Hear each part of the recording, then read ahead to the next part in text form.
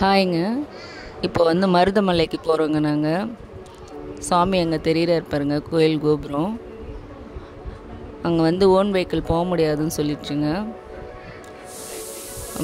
Government bus மட்டும்தான், அதில் தான் போகணுன்னு சொன்னாங்க.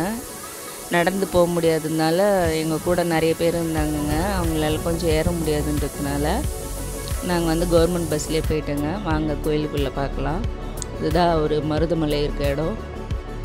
ரொம்ப அழகான அட்மாஸ்பியரில் உக்காந்துட்டுருக்காருங்க. சூப்பராக இருந்தாருங்க.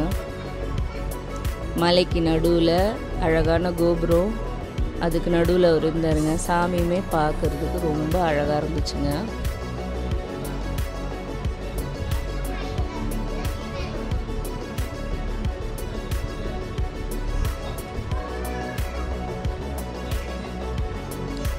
இதுதாங்க மேலே ஏறி வந்துட்டா இவ்வளோ ஹைட் இருந்துச்சு.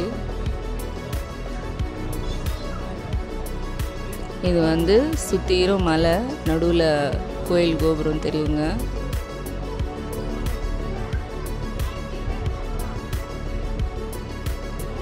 டூ வீலர்லாம் போகலான்னு சொன்னாங்க. ஆனால் வந்து டூ வீலர் வந்து கொஞ்சம் பேர் வந்துருந்தாங்க. இதுதாங்க ஒரு கோபுரம். உள்ள சாமி அவ்வளோ அழகாக இருந்துச்சுங்க பார்க்குறதுக்கு. நாங்கள் போன அன்னைக்கு முருகர் ஏற்கனவே அழகாக தான் இருப்பார். கொஞ்சமாக ட்ரெஸ் பண்ணால் ரொம்ப அழகாக இருப்பார். அன்றைக்கி ரொம்ப அழகாக இருந்துச்சு அவரோட அலங்காரம்.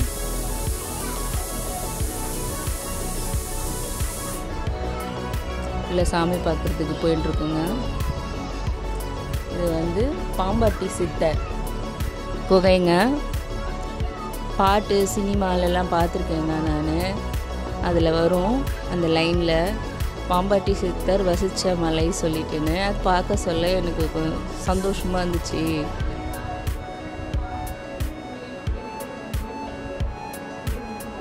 அவரோட இடம் வந்து டவுனில் அப்படியே மலைக்குள்ளவே வந்து உள்ளவே படிக்கட்டெலாம் வச்சுருக்காங்க போகிறதுக்கு. உள்ளே கொஞ்சம் தொலைவு நடக்கணும்.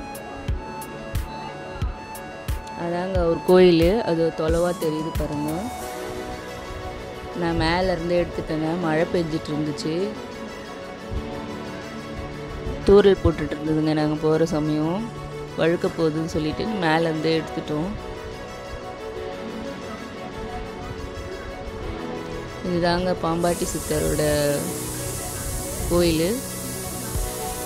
மலைக்கு மேலே இவரோட இடமும் சைடில் வந்து ஒரு இடத்துல இறங்கி போகிற மாதிரி இருக்குங்க. சாமி பார்த்துட்டு வந்துட்டோங்க.